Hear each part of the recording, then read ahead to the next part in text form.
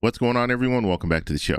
So today we're going to take a look at the 2026 Senate map. We're going to look at the southern battleground states. Now, I've had people ask me, and I did a video last week when we talked a little bit about the southern states, because some people want to know, what about South Carolina? What about Mississippi? What about Florida?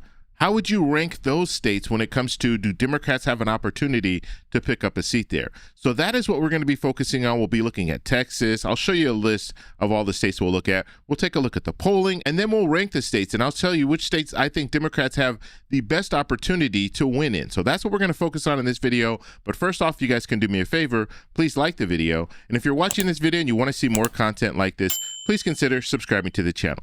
And then one more thing, I do have a Substack. So go over, sign up for my Substack. It's free. And the reason why you want to subscribe to my Substack is because you'll get email notification. When I post a video on YouTube, I also post it on Substack, and Substack will send you an email notifying you that I posted a new video. And so if you want to make sure you're getting the latest information from me, the latest videos that I'm posting, if you sign up for my Substack, you will get that notification. So this is a list of the 6 states that we're going over today, and this is not the ranking. I will show you my numbers at the very end. I'll show you the ranking, but I want to take a look at the polling first because that's what's really important. So we're looking at 270 to win, and we're going to start with North Carolina. So North Carolina, right now, it's leaning for Democrats. It's been leaning for Democrats for several months now.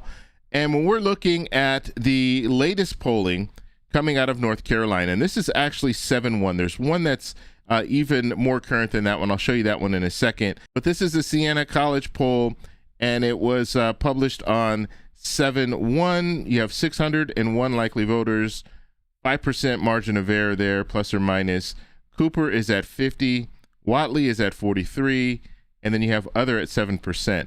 So this is inside of the margin of error, which means that there's no clear leader. However, if you move down and you start looking at some of the other polls here, some of these polls fall outside of the margin of error, like these two here. And so some of the polling is showing the clear leader as Roy Cooper, and some of the polling is also showing that there is no clear leader. But when you're looking at the trend here, you see that Roy Cooper is leading in every poll that's been posted in the last several months. Now, I did say that there was a poll that was just posted, and this was just 2 days ago, public policy polling. It was posted on 7/13/2026. You have 759 registered voters. You have the margin of error of plus or minus 3.6%. So looking at that, registered voters, we like to see likely voters because likely voters are more likely to vote. Registered voters just means that you've registered to vote. Doesn't mean that you vote in elections. And then the sample size here is 759. It's good, but I really like to see sample sizes of 1,000 or 1,200 or even higher than that. And then that margin of error plus or minus 3.6%. We like to see it close to 3%. 3% is really good. That's really the target there. And so you have Roy Cooper at 48%, and then you have Whatley at 44%. You have other at 8%. And so this falls within the margin of error, so there's no clear leader. Now let's move to the great state of Georgia. So you have this WIC poll, and we went over this once before, but we'll go over it really briefly now. This was posted on 7/8/2026. Sample size here is 1,175 likely voters. Margin of error there is plus or minus 2.9%. And so this is a pretty solid poll. You have a nice sample size. They're likely voters. Margin of error is plus or minus 2.9%. That's all good. And so we have Ossoff at 47%. You have Collins at 43%, and you have other at 10%. Now, this is within the margin of error, so there's no clear leader. However, when we're looking at the trend here, you see that Ossoff is leading in pretty much all of the polls. There's only one here where he's tied. And so Georgia, in my opinion, Georgia leans for Democrats. So now let's take a look at South Carolina. Now, obviously, South Carolina, there's been a major change, right? Lindsey Graham passed away, and now we're looking at a situation where you're going to have another candidate running. And so what I want to do is I want to look at the next top vote getter. So if we look at the next top vote getter, it's Lynch, and just polling against Lindsey Graham, he was getting 29%. Now, this will change because they will be running another primary in South Carolina. So you're going to have other people that are going to put their hat in the ring. And so we'll have to see how that plays out. Now, the Governor McMaster in South Carolina just appointed the sister of Lindsey Graham to carry out his term. And so she'll be there until January of 2027. However, is she going to run? Some talk is that she might consider running in the primary. But right now, I would say Lynch is probably the front runner just based on the latest information, latest polling. Now, Lindsey Graham's sister does have an advantage because now she can run as an incumbent. She was just sworn in yesterday.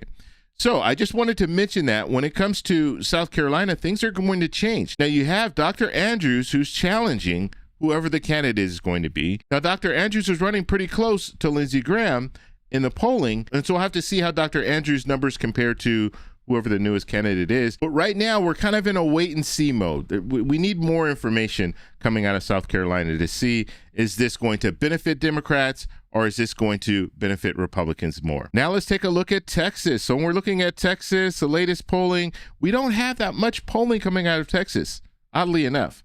The last poll was posted on 6/30/2026, and that was the A2 Insights. This is 618 likely voters, margin of error there, plus or minus 5.3%. So we're talking about likely voters, that's good. Sample size is not that big, and the margin of error there is really high at 5.3%.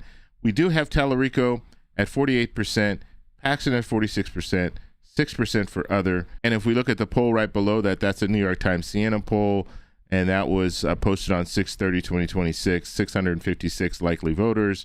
Margin of error there is plus or minus 4.5%. Tallarico at 47%, Paxton at 47%, and 6% other. So what we do know coming out of Texas is that this is going to be a close race. They are neck and neck.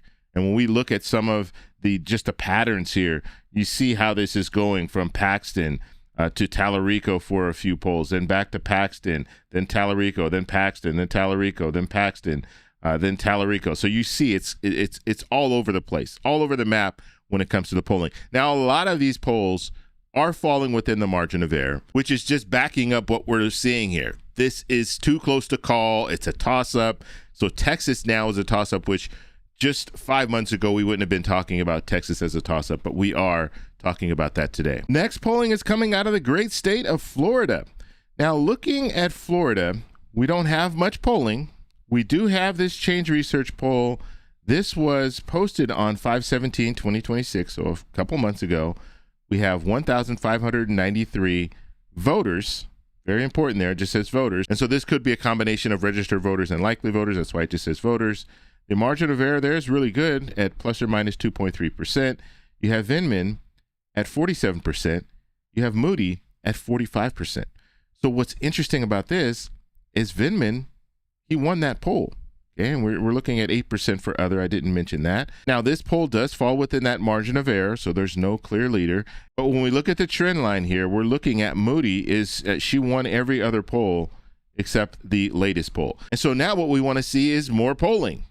Is the latest polling going to show us that Vindman is ahead? Is he winning more of the polls than Moody is? So we're going to have to wait on this. But right now, I would still say, and if you even look at the prediction market, it's showing the Republican Party having a huge advantage, 84% to 17% of winning that seat in Florida. So that really hasn't changed. And so we could be seeing an indicator here, or this could just be an outlier poll that Vindman is now moving ahead. So the last state that we're going to look at, we're using VoteHub here because 270 to win didn't have this information when it comes to Mississippi. And so looking at Mississippi, it's showing us here that Cindy Hyde-Smith is an overwhelmingly favorite. She's overwhelmingly favored to win. And when we're looking at the prediction market, it has a Hyde-Smith at 97.2%, and it has the Democrat Colomb at 2.8%. And then when we're looking at the vote share, you see you have more Republicans that are voting than Democrats. Democrats really need to focus on a get out to vote campaign if they even want to have a chance of winning in Mississippi. And so now let's rank these battleground states. Now remember, we're only talking about the battleground states. So we're not talking about other states like Maine. We're not talking about Ohio and some of these other states. The last time I did this video, there were people saying, well, why didn't you add Maine to this? Or why didn't you add another state to this? These are only southern states. Okay, so if we're looking at the states that we have here, Democrats need to defend Georgia. And I think right now they're doing their best in Georgia. When it comes to Ossoff he's showing the best numbers. And so I would say Georgia would be number one. Now, number two, we would move to North Carolina. I think North Carolina right now, Democrats have a really good shot at flipping North Carolina. All the polls are showing us this. The prediction market is showing us this. When you're looking at the different models that are out there right now, they're all showing the same thing, that Democrats are likely to win in North Carolina. So I would put North Carolina at number 2. Now, number 3, I think we'd have to say Texas. Looking at the southern states, I think Democrats have a real shot at winning in Texas. A real shot. They didn't have this just 6 months ago, 5-6 months ago. But now they have it. They have a chance, a real chance to win. We're just going to have to see how it plays out. And that's just based on looking at the candidates. You have Tallarico versus Paxton. Paxton is not the best candidate. Cornyn would have been a better candidate for Republicans, but they chose Paxton. And so now that they've chose Paxton, with all the baggage that he has, Republicans are probably going to struggle more than they would have if they chose Cornyn. And we're already seeing some signs of this when you look at the fundraising. Tallarico's able to raise a lot of money. I think he raised $30 million since April, whereas Paxton, he raised about $9 million. And so you have more people that are energized to go out and vote for Tallarico than Paxton at the current state. Now, number 4, I have to go with South Carolina, even more so. Before, we were talking about this as a long shot. We have to look at what's really going to happen in South Carolina. Who is the candidate going to be? Because what you need to understand, there were people that didn't like Lindsey Graham. They didn't want to vote for Lindsey Graham, but Lindsey Graham did have a lot of support in South Carolina. That's why he was in office for so long. Now that you're putting a new candidate out there, are they going to be inclined to vote for this new candidate?